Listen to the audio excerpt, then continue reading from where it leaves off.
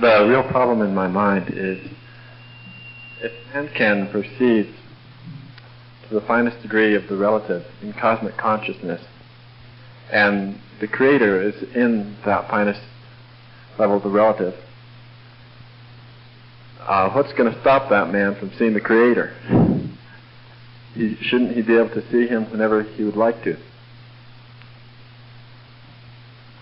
It is the clear perception of the celestial life that transforms the vision into that value.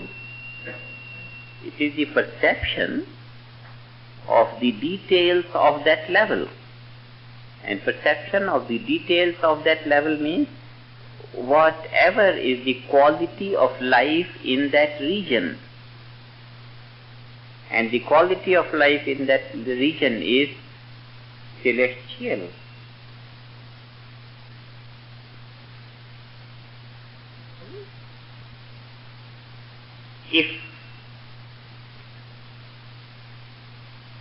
If we don't want to use the word God and celestial, even then we can explain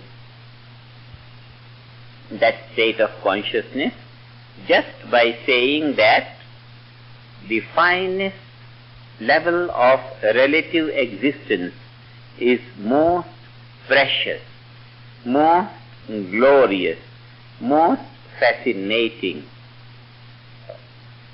And therefore, the vision in the world becomes most fascinating as the vision through a golden glass,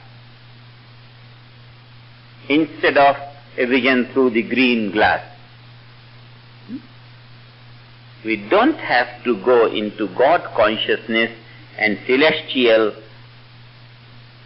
which may take the modern physicists to some imaginary levels of mystical experience. Because when we say celestial, the physicists or the scientists say, oh, this is that old story of angels and gods and all that. This is unintelligent in the world of today, because we can't connect it with this.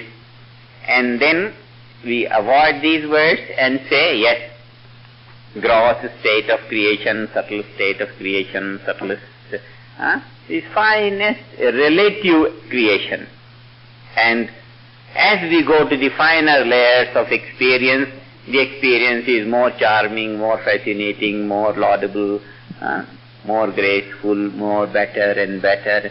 Best type of experience, most fascinating, most charming in the finest level of creation. And then, having earned that capacity of finest vision in the relative, when we come out into the gross, we enjoy the gross creation in that, with that finest ability of perception. That finest ability of perception is like viewing things through golden glass. We put on a golden glass and we have improved our ability of perception. Like that, when we have perceived that finest relative creation, finest relative field of life, then as if we have put on the golden glass. With that golden glass, when we see the world, our world as we have been viewing before will now be viewed in that light. That is finest relative state of waking state of consciousness. Like that, completely avoiding the word celestial and God, we can explain the most fascinating level of consciousness in the waking state. That might be the explanation, may be useful in all the atheistic countries where the word of God is a horror. And God consciousness means you are out of that country.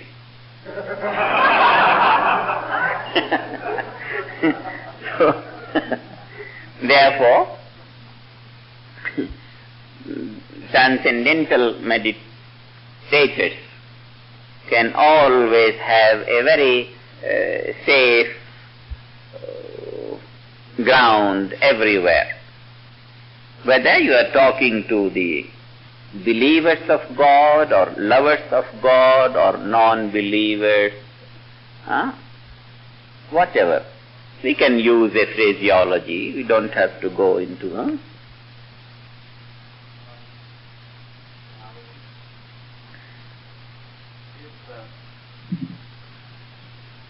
If a man attains God consciousness and supreme knowledge in this life, frame the sentence that when all men will gain God consciousness, not if a man gains, but when all men will gain God consciousness. Soon, within a few years, then what is going to happen? Then after we have attained God consciousness and the supreme knowledge, the span of our life is limited. So the enjoyment which we experience in that state is limited to the lifespan of this machinery of experience. And it is difficult to imagine that when the machinery ceases, that the enjoyment which is based on the functioning of this machinery should continue, because in the absolute there is no relative. Now, right. It might be even more charming to someone to aim at, instead of experiencing the world of man on the celestial level, to go to the celestial level and live there 1,000,000 years in the company of God.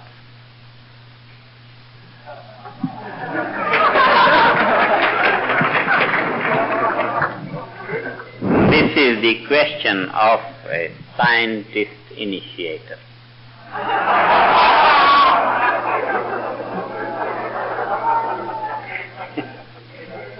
This is the value of this age. We are not satisfied by sometime enjoyment of God consciousness. What we want is, if possible, all-time enjoyment of God consciousness. This leads me to clarify one more point, and it's very beautiful. It's very beautiful. Now, what happens is, the transformation from God consciousness to cosmic consciousness. We have just now discussed that the God consciousness is this experience of the celestial along with the experience of the pure consciousness, celestial and pure. Living God consciousness for some time, as we have already discussed, the borderline of the two becomes clearer. I said, the mechanics of nature, which are responsible for the difference between the absolute and the celestial, become clear. With that clarity of nature between the two, what dawns to our mind? This long-lived celestial is nothing but this eternal absolute. This is unity. That experiencing these two levels for some time, when these two levels become a living reality in God consciousness, and we have been living them for some time, then it becomes clear that this level and this level, they are not two different levels. In reality, open to that fine perception, this is this. What has happened? It has become clear that the longevity of celestial is nothing but the eternity of the Absolute. That means, what has become clear? How the eternity is found in the state of longevity, and how longevity is nothing but eternity. One is nothing but the other.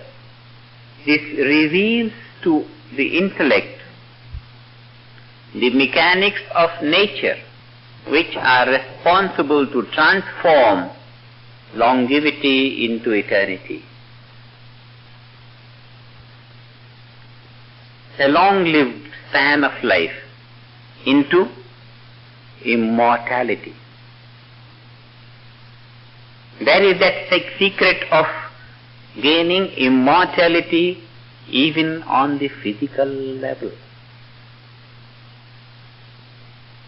The whole mechanics become clear. Just as in the chemical action. One atom gets into the other and the other gets into this, they form a molecule. Now once we have seen how the interaction takes place, this and this and this. In the play of finer particles, how one breaks into the other and how the other gets into the other. Once we have known this, how this is formed from this and this, then we have known the mechanics of transformation. And this mechanics of transformation is not only known on the theoretical level of understanding, but it becomes a living reality. The entire mechanics, how the longevity is transformed into eternity, how the eternity is seen as the longevity, how the Absolute is seen as the relative, and the relative is nothing but the Absolute. Once the relative is nothing but the Absolute means the transformation of the relative into the Absolute, the mechanics become clear. And with this mechanics, it becomes possible to retain the body as long as we want.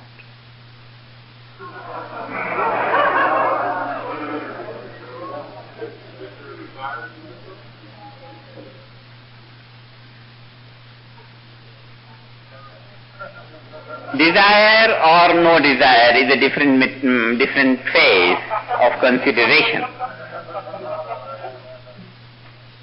But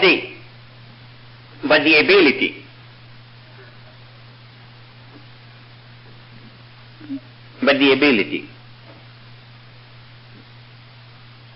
When we know how the sap is transformed into the petal, and when this becomes a living reality,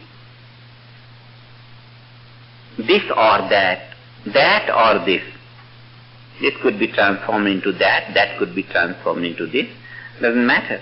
Because then the whole mechanics is a vivid, clear expression on the level of living. And there on that level,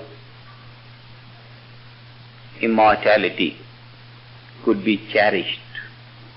Even with the human body, we don't have to go to the angels. We don't have to go to the angels to have because whether this earthly body or the angelic body may be a difference of million years, but after million years it's going to extinguish. Maybe after 100 years this is going to die. And then maybe if we take the angelic body, it will last for million years. But then what will happen after a million years? The story about this is, the truth about this is, that this in this form could be maintained forever. Could be maintained forever. Who would desire for it?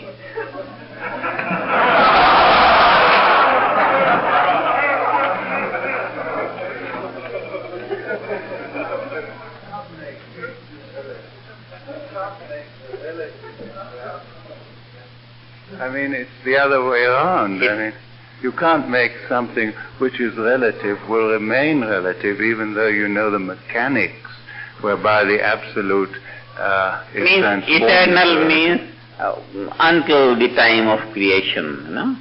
Until the time of dissolution it could continue. Well, that would mean... The objection is when the state of unity is not on the level of living, then how this transformation is possible? But the answer is that once the mechanics become clear, they could be used. When the mechanics become clear,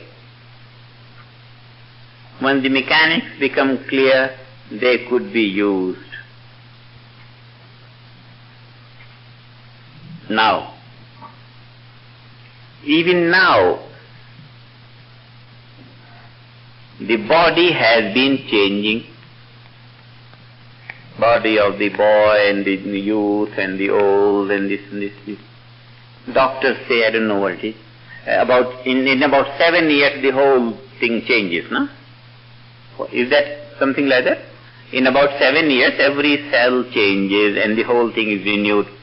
That means the eternity could be maintained with all the change. Every 7 years change continues, and it could continue till the time of dissolution comes. So the change will not stop. Absolute doesn't mean that the change will stop, but now there is some little thing, no? That means the relative will remain relative and change will continue in the relative, but through continuous change it could continue till eternity.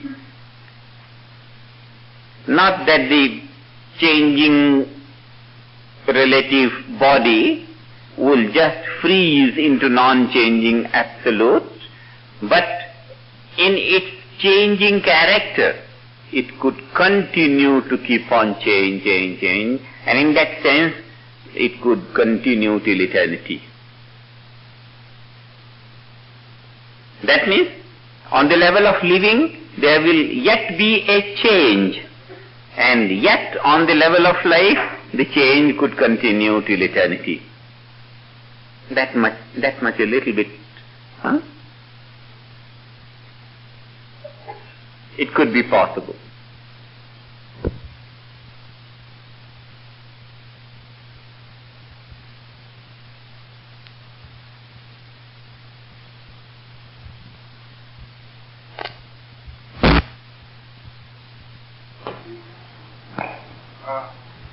Can a God-conscious person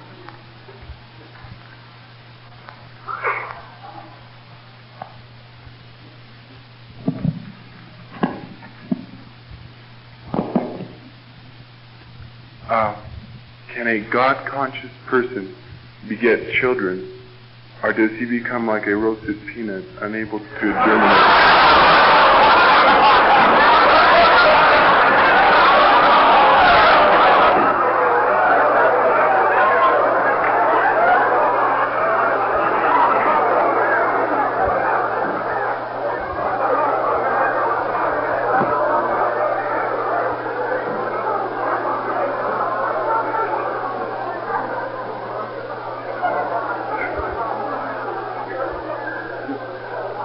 What is that?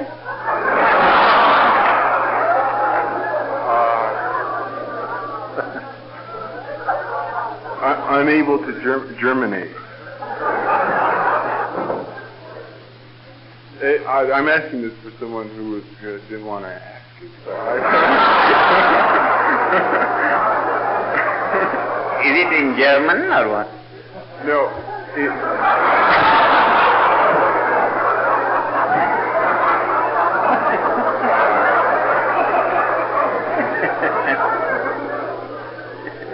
Can a God-conscious person beget children, and have children, or does he become like a roasted peanut, unable to germinate?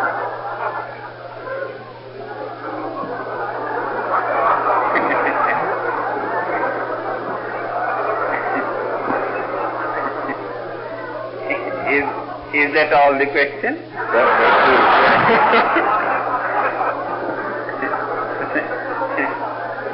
Something more to it? No. That's all she wrote. God conscious person, there is no specific pattern of what he will do and how he will be and all that.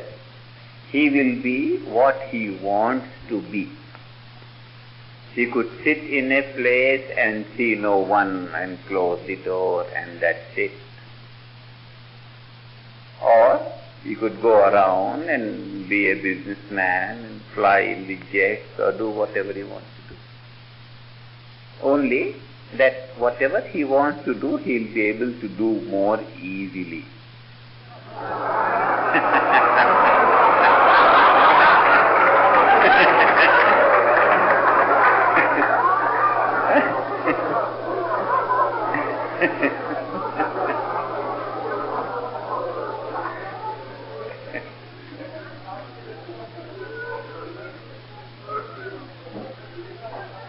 What is it?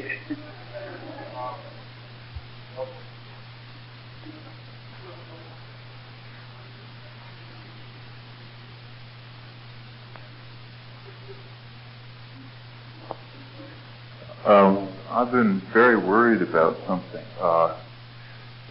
That is that if we gain cosmic consciousness and merge with the Absolute, then we're giving up any chance to relative life from now on till, I guess, the dissolution of the earth or something. Why is that so good? I mean, why is that superior to staying in some kind of a relative field, whether it's earthly or celestial?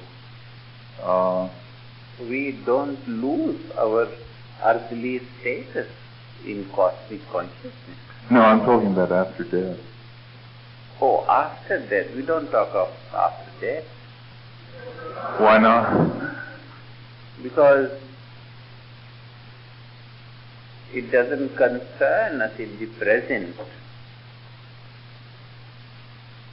Well, it seems to me unnatural to, he's talking about roasted seeds, but why should we roast ourselves?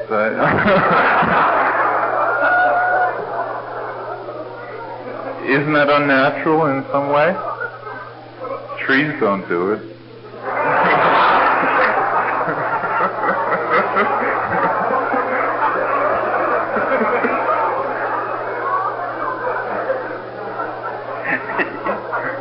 The thing is, we don't roast ourselves. What we roast is the possibility of suffering. We roast our stress and strain and anxieties and suffering.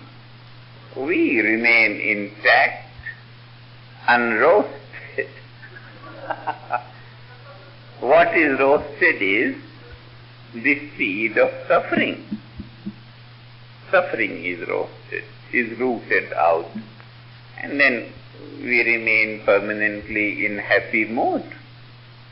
Bliss consciousness means permanent happy mood. So it's better to live in permanent happy mood. Is it not? I don't know. It's better.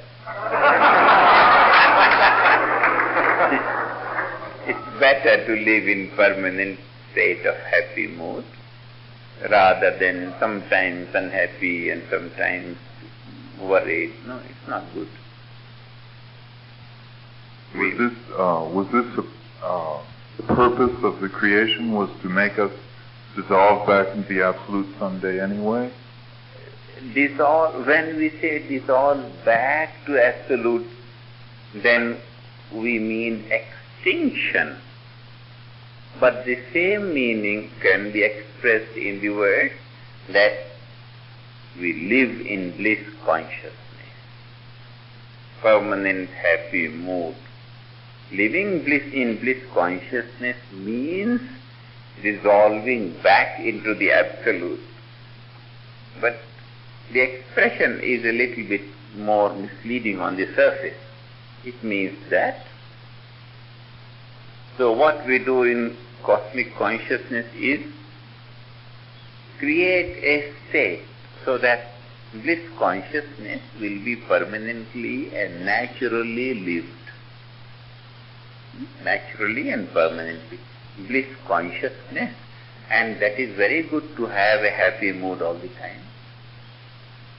Well, how can it be natural if it's not found in nature? I mean, we're really doing a lot of work. It is found in nature. Bliss consciousness is found within us, in our own nature. Our own inner nature is bliss consciousness. That's why we say it's very natural. But the union between the two isn't natural. Union between the two is also natural, because we have experienced in meditation without doing, just naturally the mind goes and transcends and be it. So even the process of union, the method which brings about the union of the two is natural. It is very natural.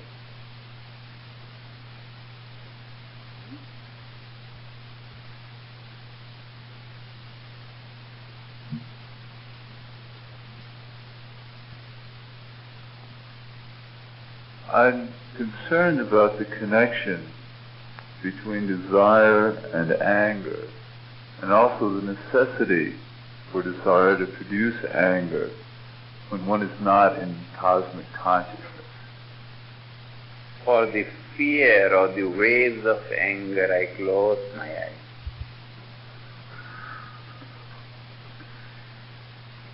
One question has to do with why doesn't the flow of desire in the mantra encounter another flow which would collide with it and produce anger?